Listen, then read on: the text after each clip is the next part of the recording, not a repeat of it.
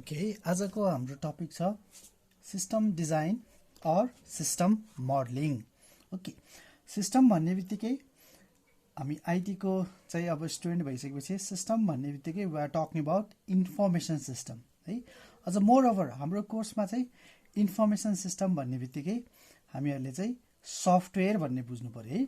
So essentially this topic is system or software design or software modelling भनेपछि हामीहरूले चाहिँ अब यो सफ्टवेयर जुन बनाउन गइरहेछौँ त्यसको चाहिँ फर्स्टमा सफ्टवेयरलाई कोडिङ गर्नुभन्दा अगाडि के गर्नु पर्यो भन्दाखेरि चाहिँ सफ्टवेयरको डिजाइन बनाउनु पर्यो अथवा चाहिँ सफ्टवेयरको के गर्नु पर्यो मोडल बनाउनु पर्यो है। सो रिमेम्बर मोडलिङ अथवा चाहिँ डिजाइन गर्ने भनेको चाहिँ सिम्पली चाहिँ सफ्टवेयरको के गर्ने हो डायग्राम बनाउने हो। So we are essentially going to make diagram of software. अब सफ्टवेयरको डायग्राम भन्ने बित्तिकै चाहिँ सफ्टवेयरको डिफ्रेन्ट कम्पोनेन्ट्सहरू के छ हैन, सफ्टवेयरको के फङ्सन्सहरू के छ, सफ्टवेयरले कसरी लजिकल्ली काम गरिरहेछ अथवा चाहिँ सफ्टवेयरको डेटाबेस डिजाइन के छ, यसको बारेमा चाहिँ हामीहरूले के गर्छौँ डायग्राम्सहरू बनाउँछौँ है। सो डिजाइन भन्ने बित्तिकै अब there are various types of design that you need to do if you are creating your software है। सो फर्स्टमा चाहिँ हाम्रो के छ भन्दाखेरि चाहिँ फर्स्टमा चाहिँ हामीले सफ्टवेयरको चाहिँ के गर्नुपर्ने हुन्छ प्रोसेस मोडलिङ है। So first type of diagram भनेको चाहिँ सफ्टवेयरमा चाहिँ के प्रोसेसहरू छ, यसले कसरी काम गर्छ भनेर चाहिँ फर्स्टमा चाहिँ हामीले के गर्नु पर्यो प्रोसेसको मोडलिङ गर्नु पर्यो। अर्को भनेको हामीहरूले चाहिँ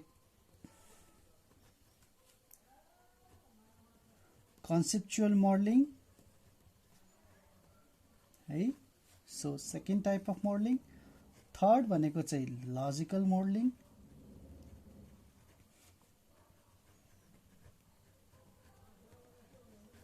र लास्टली चाहिँ हामीले के गर्छौँ भन्दाखेरि चाहिँ सफ्टवेयरको डाटाबेस है। सो अब हामीले चाहिँ के गर्छौँ भन्दाखेरि चाहिँ सफ्टवेयरको प्रोसेसको डायग्राम बनाउँछौँ, सफ्टवेयरको कन्सेप्टको डायग्राम बनाउँछौँ, सफ्टवेयरले कसरी काम गर्छ त्यसको चाहिँ लजिकल डायग्राम बनाउँछौँ र लास्टली चाहिँ सफ्टवेयरमा चाहिँ हामीले डेटाबेस इम्प्लिमेन्ट गरेको छौँ भने त्यो डेटाबेसको चाहिँ हामीले के गर्छौँ डिजाइन बनाउँछौँ है। So these are the 4 types of diagrams that you need to make before you code your software है। सो 4वटा तरिकाले चाहिँ के गर्नु पर्यो सफ्टवेयरलाई चाहिँ तपाईँले डिजाइन गर्नु पर्यो। रिमेम्बर डिजाइन भने पनि त्यही हो, मोडलिङ भने पनि त्यही हो, अथवा चाहिँ डायग्राम्स भने पनि त्यही हो है। कतै कतैतिर तपाईँले चाहिँ प्रोसेस डायग्राम भनेको पनि देख्नुहुन्छ, इट्स द सेम थिङ। कतै कतै तपाईँले कन्सेप्चुअल डिजाइन भन्नुहुन्छ, कन्सेप्चुअल डिजाइन अथवा चाहिँ कन्सेप्चुअल मोडलिङ अथवा चाहिँ कन्सेप्चुअल डायग्राम भने पनि इट्स द सेम थिङ है। सो फर्स्टमा let's start with your process modelling है। प्रोसेस मोडलिङ प्रोसेस मोडलिङ भन्ने बित्तिकै हामीले के बुझिन्छ भन्दाखेरि चाहिँ हाम्रो सफ्टवेयरमा भएको प्रोसेसेसहरूको चाहिँ के गर्नु पर्यो डायग्राम बनाउनु पर्यो। अभियसली हामीले सफ्टवेयरमा भएको प्रोसेसेसहरूको डायग्राम बनाउँदाखेरि सबभन्दा फर्स्टमा चाहिँ के गर्नु पर्यो भन्दा फर्स्ट स्टेप भनेको चाहिँ के प्रोसेस छ त त्यसको बारेमा थाहा पाउनु पर्यो हो। So first step is your identify process in the system है। सो फर्स्टमा चाहिँ प्रोसेस डायग्राम बनाउनु भन्दा अगाडि के गर्नु पर्यो सिस्टममा के प्रोसेस छ त्यसलाई चाहिँ के गर्नु पर्यो आइडेन्टिफाई गर्नु पर्यो है। सो प्रोसेसहरू आइडेन्टिफाई गरेपछि सेकेन्ड स्टेपमा के गर्नु पर्यो त्यो प्रोसेसले के काम गर्छ है त्यो कुरालाई चाहिँ हामीले के गर्नु पर्यो डिफाइन गर्नु पर्यो है। So define what these processes do है। सो प्रोसेसले चाहिँ के काम गर्छ त्यो कुरा के गर्नु पर्यो हामीले डिफाइन गर्नु पर्यो। र थर्डमा चाहिँ अब त्यहाँ चाहिँ मल्टिपल प्रोसेस भइसकेपछि मेबी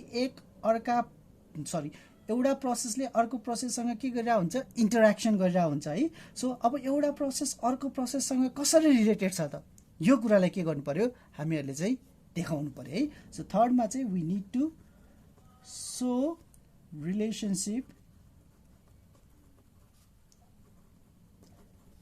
between प्रोसेसेस है। सो हामीले चाहिँ थर्डमा चाहिँ के गर्नु पर्यो, प्रोसेसेसले के गर्छ भन्ने थाहा पाइसकेपछि म एक अर्काको सँग चाहिँ प्रोसेसको के रिलेसन छ त, एउटा प्रोसेसको अर्को प्रोसेससँग के रिलेसनशिप छ त्यो चाहिँ हामीहरूले देखाउनु पर्यो है। सो अब रिलेसनशिप चाहिँ जेनरली चाहिँ केबाट हुन्छ भन्दा चाहिँ प्रोसेसेसहरूले चाहिँ relationship it is shown through the passing of data है। भनेको चाहिँ तपाईँले हामीले अर्को पनि के गर्नु पर्यो भन्दा चाहिँ so what data are exchanged between process है। सो तपाईको चाहिँ रिलेसनशिप देखाउने भनेको चाहिँ प्रोसेसले एक अर्कालाई चाहिँ के डेटा पास गरिरहेछ त्यो कुरा चाहिँ के गर्नु पर्यो, हामीहरूले देखाउनु पर्यो। And it is one of the major steps of process modelling है। यसको बारेमा हामीहरूले एकछिनमा म अझ डिटेलमा कुरा गर्छु। त्योभन्दा अगाडि फर्स्टमा हामीले डिफाइन गर्नु पर्यो प्रोसेस भनेको के हो त है। So what is a process, के हो यो प्रोसेस भनेको। सो प्रोसेस भन्ने बित्तिकै इट इज एन इन्टिटी है। के गर्छ त्यसले चाहिँ सर्टेन इनपुट लिन्छ र इनपुटमा चाहिँ के गर्छ, इट वर्क्स, केही काम गर्छ र इनपुटलाई चाहिँ प्रोसेस गरेर अथवा केही काम गरिसकेपछि के गर्ने भयो भन्दा चाहिँ आउटपुट दिने भयो हो। So that is a process. So प्रोसेसले के गर्दो रहेछ, कुनै एउटा इनपुट लिएर त्यसलाई चाहिँ केही वर्क गरेर के गर्छ, त्यसलाई चाहिँ आउटपुट दिन्छ। ओके, सो अब हामीले प्रोसेस भन्ने बित्तिकै हाम्रो केसमा चाहिँ के बुझ्ने भन्दाखेरि चाहिँ प्रोसेस भन्ने बित्तिकै फङ्सन भनेर बुझ्दा हुन्छ है। सो अब फङ्सन भन्ने टर्मिनोलोजीसँग हामी फेमिलियर छौँ। सो फङ्सन भन्ने बित्तिकै थिङ्क सी को फङ्सन अथवा चाहिँ C++ को फङ्सन है। सो सी अथवा C++ को फङ्सनले के गर्छ भन्दाखेरि चाहिँ हामीले कुनै इनपुट दिन्छौँ, लेट्स से हामीसँग चाहिँ एड भन्ने फङ्सन छ अरे है। सो एड भन्ने फङ्सनलाई चाहिँ हामीले के दियौँ, 2 र 3 चाहिँ के गर्यौँ, इनपुटको रूपमा दियौँ र यसले चाहिँ के गर्ने भयो, 2 र 3 लाई चाहिँ एड गरेर चाहिँ हामीले के दिने भयो, आउटपुट दिने भयो। त्यो चाहिँ के भयो, 5 है। सो इनपुट लियो, केही काम गर्यो र के गर्यो, आउटपुट दिने भयो। So this is a process है। सो हाम्रो यो चाहिँ टपिकमा यो च्याप्टरमा चाहिँ प्रोसेस भन्ने बित्तिकै अलिकति सजिलोको लागि चाहिँ हामीहरूले चाहिँ फङ्सन भनेर बुझ्दाखेरि सजिलो हुन्छ है। सो प्रोसेस मोडलिङ अथवा चाहिँ हाम्रो के भयो, फङ्सन मोडलिङ है। सो भन्ने बित्तिकै के गर्नु पर्यो, अब हामीले कुनै सफ्टवेयर बनाउँदैछौँ भने त्यो सफ्टवेयरमा चाहिँ के फङ्सन्सहरू छ त्यसलाई आइडेन्टिफाई गर्नु पर्यो। त्यो फङ्सनले के काम गर्छ, जस्तै यो केसमा एड गरिरहेछ त्यो कुरालाई डिफाइन गर्नु पर्यो र त्यसपछि मल्टिपल फङ्सन्सहरू छ भने फङ्सन्सहरू चाहिँ एक अर्कासँग चाहिँ कसरी रिलेटेड छ त्यो कुरा चाहिँ देखाउनु पर्यो। अब कुरा के आयो भन्दा चाहिँ फङ्सन एक अर्कासँग कसरी रिलेटेड हुन्छ त भन्दाखेरि चाहिँ फङ्सनले के गर्छ, यदि तपाईँहरूले याद छ भने फङ्सन कल्स भनेर भनिन्छ है। सो एउटा फङ्सनले के गर्न सक्छ, अर्को फङ्सनलाई चाहिँ के गर्न सक्छ, कल गर्न सक्छ है। सो दिस फङ्सन 1 फङ्सन 2 छ भने एउटा फङ्सनले अर्को फङ्सनलाई के गर्छ, कल गर्ने भयो। सो कल गर्दाखेरि के गर्छ, it calls using some parameter है।